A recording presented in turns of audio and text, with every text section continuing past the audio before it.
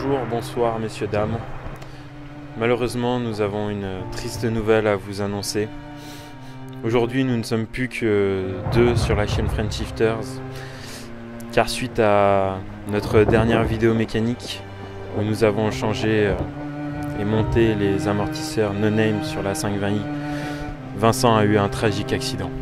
Il n'en est malheureusement pas ressorti vivant.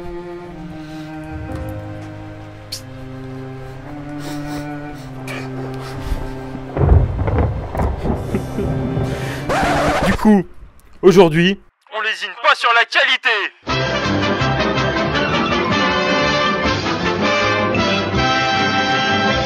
Et on monte des ATEA Power 10 sur la 4.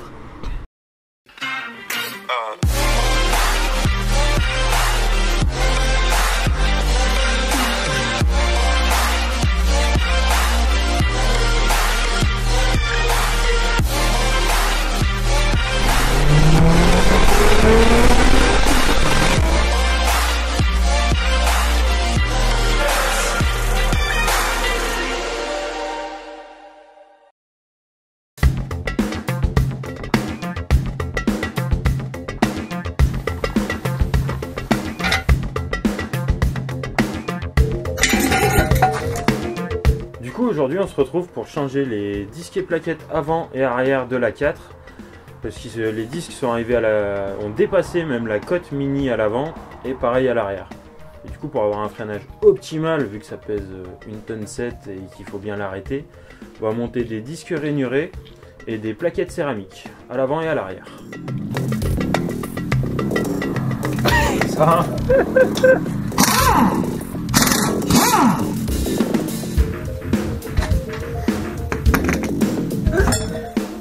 Voilà, donc la roue est enlevée. Donc là ici on a notre disque, notre étrier. Là on peut apercevoir les plaquettes. Étrier qui est un étrier de marque ATE. Le support de l'étrier. Et donc nous on va changer les plaquettes qui sont à l'intérieur et le disque. On va commencer par démonter les plaquettes. Donc, hop, on va enlever le ressort devant. Hop, celui-ci veut bien venir. Hop, on va enlever les deux caches qui se trouvent derrière. Ensuite, vous aurez deux vis à laine de 7 pour démonter l'étrier.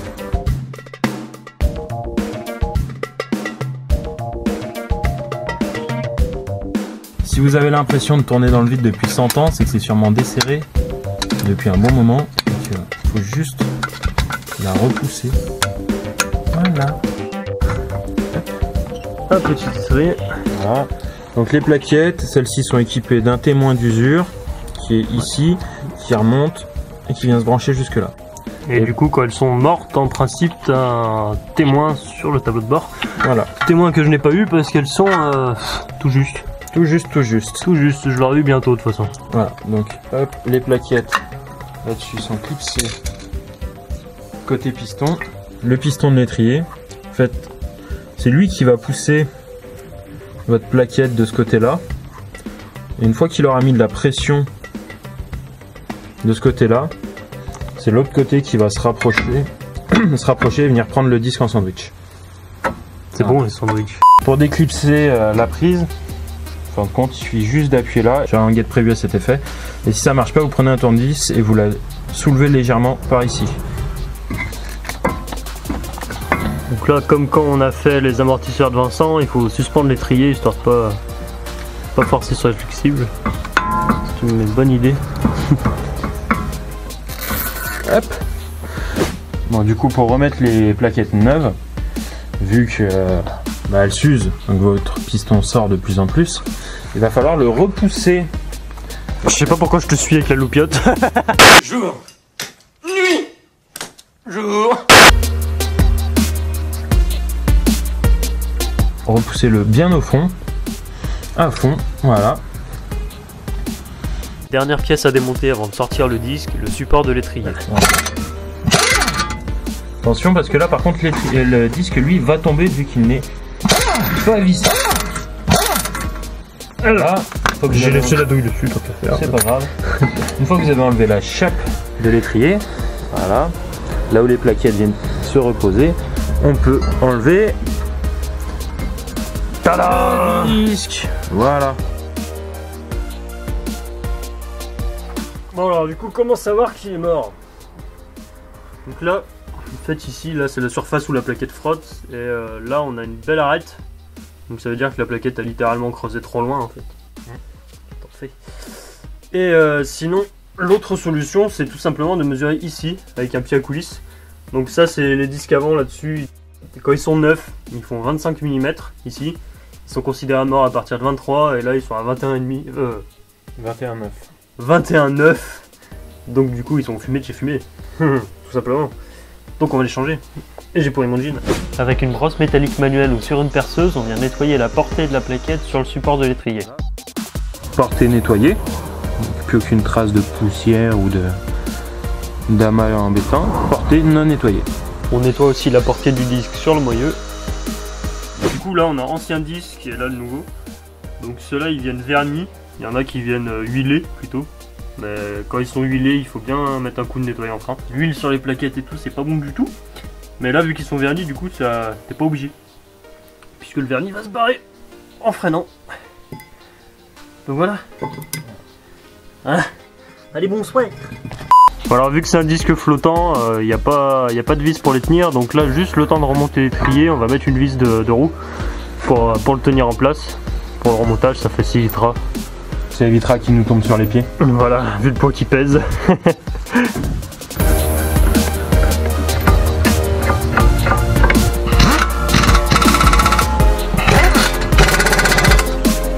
Voilà. Et n'hésitez pas, si vous vous servez d'outils pneumatiques, à toujours recontrôler à la main. Et si vous serrez juste manuellement, n'hésitez pas à bien le serrer. On n'a pas pensé à vous dire ni à contrôler d'ailleurs. En fait, quand vous repoussez vos pistons, le liquide il repart dans votre bocal. Donc si vos freins par exemple sont morts, sont complètement finis, mais que le niveau est au maximum dans le bocal, ce qui va se passer quand vous allez repousser les pistons, c'est ce qui vient de nous arriver et qu'on n'a pas pensé à contrôler, et bah ça va dégueuler. Voilà. L'excédent retourne sur le tas. Dans notre cas, l'excédent il arrive par terre. Voilà. Et du coup, pensez à bien nettoyer après, parce que le liquide de frein c'est extrêmement corrosif pour la peinture. On remonte les plaquettes et on n'oublie pas de rebrancher la prise du témoin d'usure. Et paf!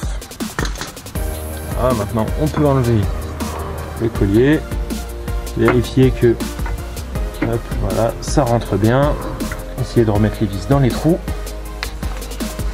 et, hop, et commencer à les faire reprendre. Hop.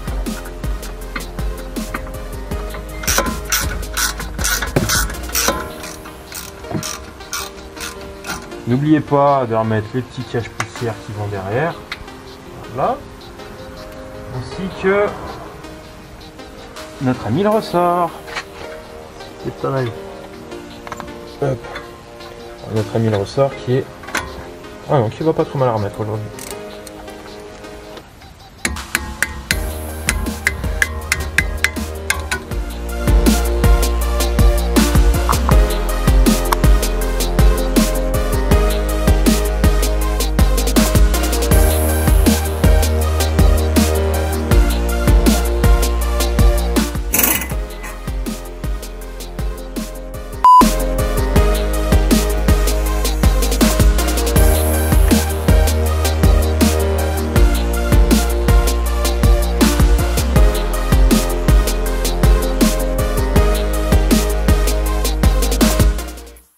Voilà, donc du coup on a changé les freins avant, on va pouvoir attaquer l'arrière. Donc contrairement à l'avant, là c'est des disques qui sont pleins, donc c'est pas des ventilés avec un disque, un trou, un disque. Donc voilà, donc ils sont déjà bien plus légers et vu que c'est à l'arrière, ils sont plus petits aussi. Mais c'est le même combo, donc ATE Power Disc et les plaquettes céramiques pour l'arrière aussi. Alors, allez! Du coup, plus ou moins le même principe qu'à l'avant, un disque, des plaquettes, un étrier, un support d'étrier. Donc ici derrière, c'est fixé, l'étrier est fixé par deux vis de 13 en haut et un contre-écrou ici de 15. Hop, voilà. Donc la clé de 15, elle sert juste à tenir le contre-écrou pour pouvoir desserrer la vis de 13. Ça c'est monté sur colonnette Et on les avait déjà changés en fait, quand on Voilà. a fait les roulements de roue arrière. Donc nous on va pas les changer, mais pour le prix que ça coûte, si vous tombez tous l'étrier, autant les changer quoi. Là vous avez le câble de frein à main qui arrive sur l'étrier. Donc quand vous tirez le levier, hop, ça vient tirer là. Et hop, ça bloque. Ensuite, on va sortir notre étrier. On peut prendre un tournevis plat. Hein. Moi je prends la clé de 13 parce que je l'ai sous la main. Hein. Hop. Voilà. Donc on peut voir déjà que il y a un petit souci avec ces plaquettes hein, derrière. Hein. Oh mon dieu. Comme si le disque était légèrement trop petit. Hein. C'est quoi cette merde? Mais légèrement, hein. Voilà. Hop. Donc du coup, quand on regarde par la roue, on a l'impression qu'elles sont neuves, toujours bonnes. C'est ça. Quand on les démonte, plus trop. Nope.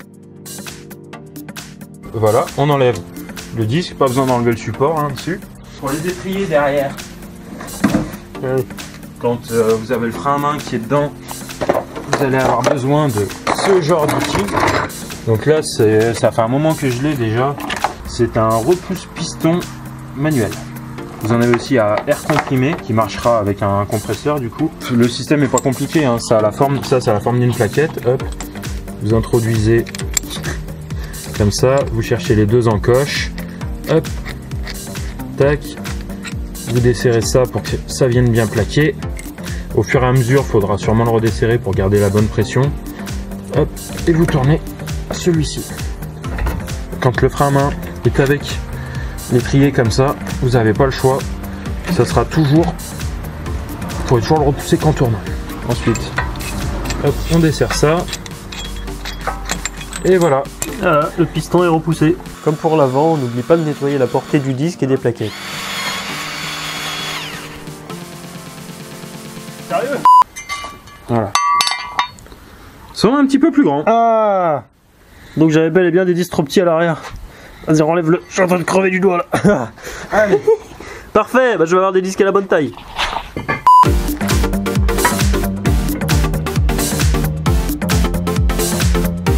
Alors juste à faire attention quand vous allez remettre l'étrier à que ça ne sorte pas par le trou de l'étrier qui est ici.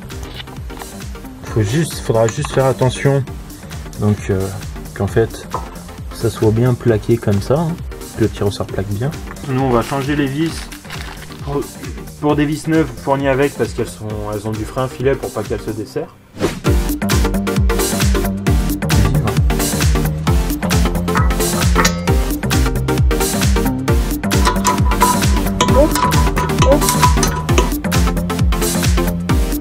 Il ne nous reste plus qu'à faire la même chose de l'autre côté et on peut vérifier le niveau de liquide de frein. Voilà, c'est serré.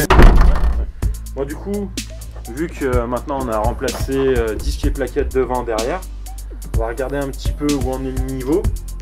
Donc après les remplacements des disques et plaquettes aussi, il faut pomper au frein pour rapprocher les plaquettes. Ça évite que à la première marche arrière ou quoi que ce soit, la pédale elle parte au fond. Oh putain. Voilà. Voilà.